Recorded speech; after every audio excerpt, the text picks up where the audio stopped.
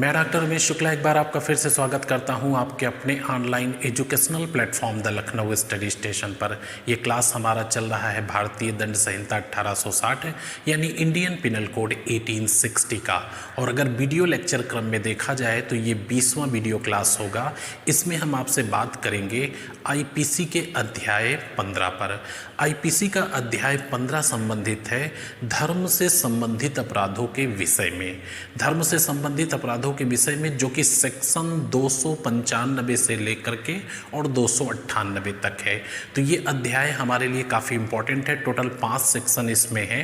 अध्याय 15 का जो सेक्शन 295 है, इसमें कहा गया है कि किसी धार्मिक स्थान या उपासना का स्थान, वो किसी भी धर्म से संबंधित हो सकता है, मंदिर हो सकता है, मस्जिद हो सकता है, गुरुद्वारा हो सकता है, चर्च हो सकता है, कुछ भी हो सकता है जिसमें भौतिक रूप से जो है तोड़ फोड़ करना, क्षति पहुंचाना या उसे अपवित्र करना सेक्शन 295 के तहत दंडनीय अपराध है। जबकि 295 का इस अध्याय का सेक्शन ऐसे व्यक्ति को दंडित करता है जो किसी धर्म के संबंध में कोई पोस्ट सोशल मीडिया पर डालता है, कोई वीडियो क्लिप डालता है या किसी प्रकार का लेख लिखता है किसी धर्म के संबंध में, या उस धर्म के उद्गम या उस धर्म के इतिहास के संबंध में, या उस धर्म से संबंधित किसी धर्म गुरु के संबंध में, या उस धर्म गुरु के इतिहास के संबंध में कोई टिप्पणी करता है जिससे संबंधित धर्म का अपमान हो या इसकी संभावना हो, तो ऐसे व्यक्ति को 295 का में दंडित किया जाएगा। 296 आईपीसी का सेक्शन 296 ऐसे व्यक्ति को दंडित करता है जो किसी धार्मिक सभा से मतलब है कहीं पे किसी धर्म का प्रवचन चल रहा है या कीर्तन भजन चल रहा है या कोई पूजा पंडाल है, दुर्गा पूजा का पंडाल है, या किसी नमाज में मस्जिद में नमाज हो रही है या किसी चर्च में प्रार्थना हो रही है। ऐसी सभा जो कि एक वैध सभा है, एक धार्मिक सभा है, अगर इस सभा में कोई व्यक्ति विघ्न डालता है या किसी प्रकार का उपद्रव करता है तो सेक्शन 296 के तहत उसे दंडित किया जाएगा। जबकि धारा 297 का संबंध है किसी पूजा स्थल या उपासना स्थल या कोई कब्रिस्तान है या अंत्येष्टि स्थल है या ऐसा कोई भी स्थान जहाँ पे अंत्येष्टि के बाद मानव शरीर का जो अवशेष है उसका विसर्जन या उसका निस्तारण किया जाता है, तो ऐसे स्थान पर उपद्रव करना या उत्पात मचाना या मानव शव की अवहेलना करना, यानी किसी प्रकार से अगर मानव शव है, डेड बॉडी है, उसे क्षत विक्षत करना या उसे पैर मारना, लात मारना, धक्का देना या कुछ भी किसी तरह से अपमानित करना जिससे किसी व्यक्ति को कष्ट हो या उसके धर्म का अपमान हो, तो ऐसे व्यक्ति को सेक्शन 297 में दंडित किया जाएगा। 298 जो इस अध्याय का लास्ट सेक्शन है उसमें कहा गया है कि किसी धर्म के संबंध में ऐसी टिप्पणी करना कि सामने वाला व्यक्ति सुने, ऐसा दृश्य दिखाना कि सामने वाला व्यक्ति देखे, तो यहाँ पे 298 के तहत दंडित किया जाएगा। अच्छा, सेक्शन 298 का जो अपराध है ये कंपाउंडेबल है, यहाँ पे समझौता किया जा सकता है बशर्ते जिस व्यक्ति का अपमान किया गया है धार्मिक उच्चारण से, यदि उससे माफ़ी मांग लिया जाए और वह समझौता करने के लिए तैयार हो जाता है तो ये कंपाउंडेबल है, समझौता किया जा सकता है। जबकि 295 का 296, 297 ये नॉन कंपाउंडेबल ऑफेंस है, यहाँ पे किसी भी प्रकार का समझौता नहीं किया जा सकता है। तो आज के इस क्लास में हम ये 5 सेक्शन देखेंगे जिनको आप नोट कर लेना, और ये निश्चित रूप से आपकी परीक्षा के लिए इम्पॉर्टेंट है, क्वेरी कहीं से भी हो सकती है। तो पहला सेक्शन आपके सामने लिखा है 295 धारा 295 किसी वर्ग के धर्म का अपमान करने के आशय से उपासना के स्थान को क्षति करना या अपवित्र करना। किसी वर्ग के धर्म का अपमान करने के आशय से उपासना के स्थान को क्षति करना या अपवित्र करना। भारतीय दंड संहिता की धारा 295 ऐसे व्यक्ति अथवा व्यक्तियों के समुदाय यानी वर्ग को दंडित करती है जो किसी भी धर्म के पूजा स्थल जैसे मंदिर, मस्जिद, चर्च, गुरुद्वारा आदि को या उसके किसी भाग को इस आशय से नष्ट करता है अथवा क्षतिग्रस्त करता है अथवा अपवित्र करता है जिससे संबंधित धर्म का अपमान हो या अपमान होने की संभावना हो, तो ऐसे व्यक्ति को या व्यक्तियों के वर्ग को या समुदाय को इस धारा के तहत 2 वर्ष तक के कारावास या जुर्माना या दोनों से दंडित किया जाएगा। अच्छा, यहाँ पे आपको बता दें कि यह एक संज्ञेय अपराध है और गैर जमानती अपराध है, यानी किसी भी व्यक्ति को घटना स्थल से विदाउट मजिस्ट्रेट के वारंट या बिना किसी मजिस्ट्रेट के आदेश के तत्काल गिरफ्तार किया जा सकता है, जेल जाना पड़ेगा। नॉन वेलेबल अपराध है और यह अपराध जो है समझौता योग्य नहीं है, यानी नॉन कंपाउंडेबल है। अच्छा, ये ट्रायल बाय लोअर कोर्ट है, यानी विचारण किसी भी न्यायालय द्वारा किया जा सकता है। तो इसमें ध्यान रखिएगा किस टाइप का अपराध है। किसी धार्मिक उपासना के स्थल को क्षतिग्रस्त करना, नष्ट करना या अपवित्र करना, और दंड क्या है, 2 वर्ष तक का कारावास या जुर्माना या दोनों हो सकता है। संज्ञेय अपराध है, गैर जमानती अपराध है, समझौता योग्य नहीं है और विचारण किसी भी न्यायालय द्वारा किया जा सकता है। आइए नेक्स्ट पॉइंट पर। नेक्स्ट सेक्शन है धारा 295 का। भारतीय दंड संहिता की धारा 295 का ऐसे व्यक्ति को दंडित करती है या ऐसे व्यक्ति के संबंध में दंड का प्रावधान करती है जो किसी भी भारतीय नागरिकों के वर्ग के धर्म से संबंधित या उस धर्म के इतिहास या उद्गम के संबंध में या उस धर्म के जो धर्मगुरु हैं या उनकी हिस्ट्री क्या रही है उसके संबंध में कोई गलत टिप्पणी लिखता है, कोई प्रकाशन करता है, कोई पुस्तक लिखता है, कोई पम्फलेट लिखता है, कोई वीडियो क्लिप बनाता है या कोई पोस्ट सोशल मीडिया पर डालता है, तो ऐसे व्यक्ति को धारा 295 का के तहत दंडित किया जाएगा। ये एक गंभीर अपराध है और इसमें 3 साल तक का कारावास हो सकता है, जुर्माना हो सकता है, दोनों हो सकता है। ये एक संज्ञेय अपराध है, किसी प्रकार से समझौता योग्य नहीं है, नॉन बेलेबल है और यहाँ पे जो विचारण होता है वो किसी भी कोर्ट द्वारा किया जा सकता है, यानी ट्रायल बाय लोअर कोर्ट है। तो इस सेक्शन को ध्यान रखिएगा, धारा 295 का। अच्छा, 295 और 295 का में अंतर क्या है? 295 में है कि किसी उपासना के स्थान, चाहे वो जिस धर्म से संबंधित हो, उसको फिजिकली डैमेज करना, यानी तोड़फोड़ कर देना, नष्ट कर देना पूरी तरह से, या उसे अपवित्र कर देना। लेकिन यहाँ पे फिजिकली ना हो करके किसी दुष्प्रचार फैलाना, किसी धर्म के संबंध में या उसके इतिहास के संबंध में गलत टिप्पणी या गलत लेख लिखना या गलत कोई दृश्यरूपण तैयार करना।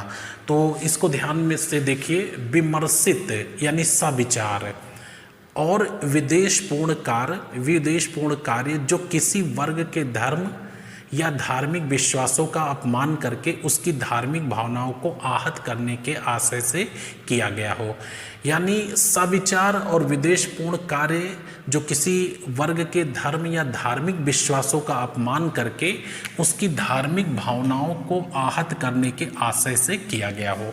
भारतीय दंड संहिता की धारा 295 का ऐसे व्यक्ति के संबंध में दंड का प्रावधान करती है जो भारतीय नागरिकों के किसी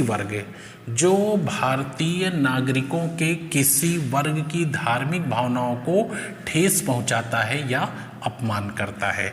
इसके अंतर्गत जो कोई व्यक्ति किसी धर्म अथवा उस धर्म के इतिहास, उस धर्म के धार्मिक गुरु या उसके इतिहास के संबंध में कोई अपमानजनक लेख लिखता है, दृश्य रूपण करता है या सोशल मीडिया पर कोई पोस्ट डालता है या वीडियो डालता है अथवा इसका प्रयत्न करता है, तो सेक्शन 295 का के तहत 3 वर्ष तक के कारावास या जुर्माना या दोनों से दंडित किया जा सकता है। यह संज्ञेय और गैर जमानती अपराध है, समझौता योग्य नहीं है यानी नॉन कंपाउंडेबल है और ट्रायल बाय लोअर कोर्ट है। तो इसको आप ध्यान रखेंगे, काफ़ी इम्पोर्टेंट है और ये एक गंभीर अपराध है, इस अध्याय का सबसे गंभीर अपराध है। इसमें 3 साल तक का कारावास हो सकता है। आइए नेक्स्ट पॉइंट पर। नेक्स्ट पॉइंट है धारा 296। आईपीसी की धारा 296 ऐसे व्यक्ति को दंडित करती है जो किसी धार्मिक सभा से तात्पर्य है कि अगर हिंदू धर्म का कोई पूजा स्थल है, पंडाल है जहाँ पे पूजा स्थल पे लोग बैठे हुए हैं, 150-200 लोग बैठे हुए हैं, या कोई धार्मिक प्रवचन चल रहा है, या ईसाई धर्म का चर्च स्थल है जहाँ पे प्रार्थना सभा चल रही है, या इस्लाम धर्म का नमाज स्थल है जहाँ पर काफ़ी लोग एक साथ नमाज पढ़ रहे हैं। ऐसी वैध सभा में यदि कोई व्यक्ति विघ्न डालता है, चाहे वह जिस धर्म से संबंधित सभा हो, अगर ऐसी सभा में कोई व्यक्ति विघ्न डालता है तो सेक्शन 296 के तहत 1 वर्ष तक के कारावास या जुर्माना या दोनों से दंडित किया जाएगा। तो इसको आप नोट करेंगे, धार्मिक जमाव में विघ्न, धार्मिक जमाव में विघ्न यानी धार्मिक सभा में विघ्न, असेंबली से तात्पर्य यहाँ पे, यानी रिलीजियस असेंबली। भारतीय दंड संहिता की धारा 296 ऐसे व्यक्ति को दंडित करती है जो किसी धार्मिक सभा जैसे पूजा पंडाल में एकत्रित लोगों, प्रवचन सुनने के लिए एकत्रित लोगों, चर्च में प्रार्थना के लिए एकत्रित लोगों या मस्जिद में नमाज के लिए एकत्रित लोगों आदि की सभा में किसी प्रकार से विघ्न डालेगा, वह इस धारा के तहत 1 वर्ष तक के कारावास या जुर्माना या दोनों से दंडित किया जाएगा। यह एक संज्ञेय किंतु जमानती अपराध है, यानी बेलेबल है, बट गिरफ्तार तुरंत घटनास्थल से व्यक्ति को कर लिया जाएगा। ये ट्रायल बाय लोअर कोर्ट है, यानी विचारण किसी भी न्यायालय द्वारा किया जा सकता है, बट नॉन कंपाउंडेबल है, यानी समझौता योग्य अपराध नहीं है। तो शॉर्ट में इसको ध्यान रखिएगा कि किसी धार्मिक सभा में विघ्न डालना सेक्शन 296 के तहत दंडनीय अपराध है। और कैसा अपराध है? एक संज्ञेय और वेलेबल अपराध है। आइए नेक्स्ट पॉइंट पर। नेक्स्ट सेक्शन है 297 भारतीय दंड संहिता की धारा 297, जिसमें कहा गया है कि कब्रिस्तानों आदि में अतिचार करना। अतिचार का मतलब उत्पात मचाना, तो कब्रिस्तान आदियों में अतिचार करना।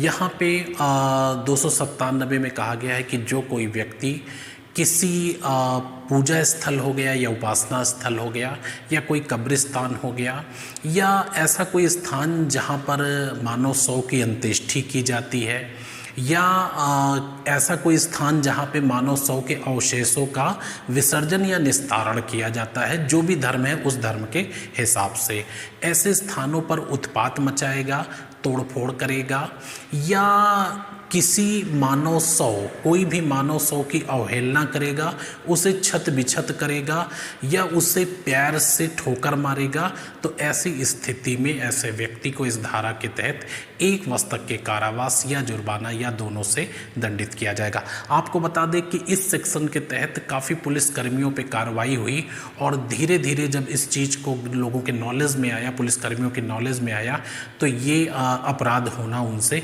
बंद हुआ। कहीं पे कोई डेड बॉडी पड़ी हुई है और मान लीजिए वो मुंह के बल डेड बॉडी पड़ी हुई है, पेट के बल वो पड़ा हुआ है और उसकी पहचान करने के लिए कोई पुलिसकर्मी की किसकी डेड बॉडी है, क्या है, कौन है, पुरुष है, महिला है, क्या है ये, तो पैर से उस डेड बॉडी को पलट देता है। यदि ऐसा कोई पुलिसकर्मी करता है तो सेक्शन 297 का अपराध करता है। या किसी मृत शरीर से कोई अंग काटना, पीटना या अन्य कोई इस तरह का कार्य करना, वो धारा 297 के तहत दंडनीय है, यानी मानव शव की अवहेलना करना। मानव शव की अवहेलना करना सेक्शन 297 के तहत दंडनीय अपराध है। तो इसको नोट कर लीजिएगा। कब्रिस्तानों आदि में अतिचार करना, अतिचार का मतलब उत्पात मचाना। भारतीय दंड संहिता की धारा 297 ऐसे व्यक्ति को दंडित करती है जो जानबूझकर या साआशय किसी उपासना के स्थान, कब्रिस्तान या मृत शरीर के अवशेषों के निस्तारण, विसर्जन आदि के स्थान पर उत्पात करता है या मानव शव की अवहेलना करता है, अर्थात मानव शव को छत विछत करता है या पैर से ठोकर मारता है अथवा इस प्रकार से अपमानित करता है जिससे किसी व्यक्ति या समुदाय की भावनाओं को ठेस पहुंचे या इसकी संभावना हो, तो ऐसे व्यक्ति को इस धारा के तहत 1 वर्ष तक के कारावास या जुर्माना या दोनों से दंडित किया जाएगा। यह एक संज्ञेय अपराध है लेकिन जमानती है, यानी बेलेबल है। तो धारा 297 का अपराध संज्ञेय अपराध है, अर्थात किसी व्यक्ति को घटनास्थल से बिना वारंट के गिरफ्तार किया जा सकता है, किंतु ये बेलेबल है, यहाँ पे जमानत मिल जाएगी। अच्छा, ट्रायल बाय लोअर कोर्ट है और समझौता योग्य नहीं है, इस चीज़ को ध्यान रखेंगे। आइए नेक्स्ट पॉइंट पर। नेक्स्ट पॉइंट है सेक्शन 298। धारा 298 आईपीसी की ऐसे व्यक्ति के संबंध में दंड का प्रावधान करती है जो किसी व्यक्ति पर उसके ठीक सामने इस प्रकार से कोई धार्मिक टिप्पणी करता है या कोई ऐसा वस्तु दिखाता है या कोई ऐसा चित्र दिखाता है या ऐसा संकेत करता है या ऐसा उच्चारण करता है कि वह व्यक्ति सुने, उसको अपमानित करने के आशय से, उसको ठेस पहुंचाने के आशय से, उसकी भावनाओं को चोट पहुंचाने के आशय से, उसके धर्म से संबंधित कोई टिप्पणी ऐसे ढंग से करता है या कोई वस्तु ऐसे ढंग से दिखाता है कि श्रवण गोचर हो या दृष्टि गोचर हो, यानी वो सुन सके या देख सके, तो सेक्शन 298 के तहत उसे दंडित किया जाएगा, जो कि 1 वर्ष तक का कारावास या जुर्माना या दोनों हो सकता है। शुरुआती दौर में यह असंज्ञेय अपराध था, किंतु अब इसे संज्ञेय अपराध की श्रेणी में लाया गया है, यानी कॉग्निजेबल ऑफेंसेस है, बट ये जमानती है, ये समझौता योग्य है। यदि संबंधित व्यक्ति माफ़ी मांगने से उसे माफ़ कर देता है और समझौता करने के लिए तैयार हो जाता है तो ये कंपाउंडेबल ऑफेंस है और यहाँ पे विचारण जो होगा वो लोअर कोर्ट द्वारा होगा, यानी किसी भी न्यायालय द्वारा विचारण किया जा सकता है। तो नोट कर लीजिएगा, धारा 298 धार्मिक भावनाओं को ठेस पहुँचाने के सविचार आशय से शब्द उच्चारित करना, यानी किसी व्यक्ति के ठीक सामने कोई उसके धर्म से संबंधित गलत टिप्पणी कर देना। भारतीय दंड संहिता की धारा 298 ऐसे व्यक्ति को दंडित करती है जो किसी व्यक्ति पर उसकी धार्मिक भावनाओं को चोट पहुंचाने के आशय से टिप्पणी करता है, कोई शब्द इस तरीके से कहे या कोई वस्तु इस प्रकार से दिखाए या कोई संकेत इस प्रकार से करे कि वह व्यक्ति देखे या सुने, तो उसे इस धारा के तहत 1 वर्ष तक के कारावास या जुर्माना या दोनों से दंडित किया जाएगा। ये एक संज्ञेय अपराध है आज की डेट में, किंतु बेलेबल है, जमानती अपराध है, ये कंपाउंडेबल है, यहाँ पे समझौता किया जा सकता है और ट्रायल बाय लोअर कोर्ट है। तो आज के इस अध्याय 15 में आपने सेक्शन 295, 295 का, 296, 297 और 298 इन सेक्शनों को देखा, इन्हें नोट कर लीजिएगा और एक बार इन्हें पढ़ लेंगे। जब भी आपके सामने ऑप्शन आएंगे आप सही आंसर टिक करेंगे। अब अगला जो हमारा अध्याय होगा, नेक्स्ट वीडियो में हम अगले अध्याय पे बात करेंगे, वो होगा मानव शरीर पर प्रभाव डालने वाले अपराधों के विषय में, यानी अध्याय 16। और अध्याय 16 का जो संबंध है वो सेक्शन 299 से लेकर धारा 377 तक, तो एक बड़ा अध्याय है जो कि 4 से 5 वीडियो क्लास में कंप्लीट होगा। तो मिलते हैं नेक्स्ट क्लास में, तब तक के लिए शुभकामनाएं, धन्यवाद।